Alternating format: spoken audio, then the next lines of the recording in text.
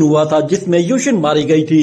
ये देखते हुए वो कहता है कि नहीं, हजारों साल गुजर जाने के बाद भी मैं युशिन से किया हुआ वादा पूरा नहीं कर पा रहा, मैं उसे प्रोटेक्ट नहीं कर पाया, तो फिर मेरी इस लाइफ का फायदा ही क्या, मैं उसे दोबारा मरने नहीं दूंगा। ये कहने के बाद वो गुस्से में खड़ा होता है और दोबारा से अटैक करने के लिए आता है। अचानक से वो एक अलग ही जगह पर आ पहुंचता है जिस पर वो खुद भी हैरान हो जाता है कि अचानक से ये किस जगह आ पहुंचा है। मगर अचानक उसे अपने सामने अपना फादर दिखाई देता है तो वो भी हैरान हो जाता है और उसका फादर वहां पर एक बहुत बड़ी फॉर्मेशन एक्टिवेट करने के बाद उससे कहता है कि तुम कभी भी मिस्टीरियस पावर्स को रिवर्स नहीं कर पाओगे।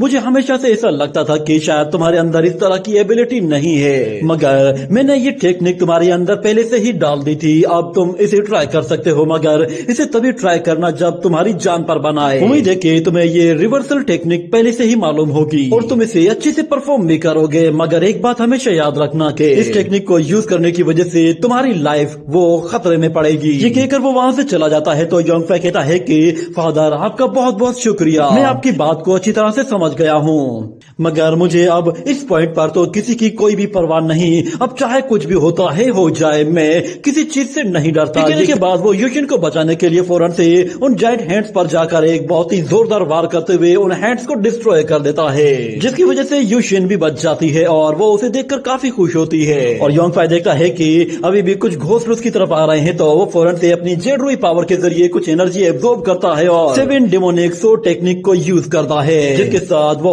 अपना हाथ जमीन में डालता है तो वहाँ से एक बहुत ही पावरफुल एनर्जी डोमेन क्रिएट होता है जो कि हर तरफ फैलना शुरू हो जाता है। वो घोस्ट उस एनर्जी डोमेन से टकराते ही पूरी तरह से जलना शुरू हो जाते हैं और हमें दिखाया जाता है कि योंग फै की बॉडी आहिस्ता आहिस्ता ट्रांसफॉर्म होने लगी थी।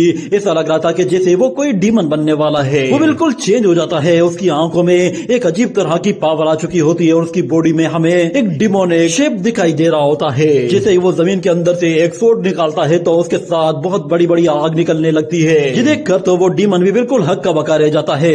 योंग फै जमीन से एक सोड बाहर निकालता है जो कि साइज में काफी ज्यादा बड़ी होती है। योंग फै का ये रूप देखकर वहाँ पे मौजूद सब लोग बिल्कुल हैरान होते हैं, क्योंकि आज से पहले कभी भी किसी ने भी योंग फै का ये रूप नहीं देखा था। और वो युशिन से कहता है कि तुम बेफिक्र हो जाओ, ये बंदा तुम्हें कुछ भी नहीं कर पाएगा। और ऊपर खड़ा हुआ वो डीमन कहता है कि तुमने बस एक मामूली सी ट्रांसफॉर्मेशन ट्रिक यूज की है, इसमें नया क्या है। ये कहने के बाद योंग फै गुस्से में अपनी सोट लेकर उन घोस्ट की तरफ आगे बढ़ता है और एक एक अटैक के साथ एक एक डीमन का खात्मा करते हुए उस शानवू आर्मर की तरफ आगे बढ़ रहा होता है।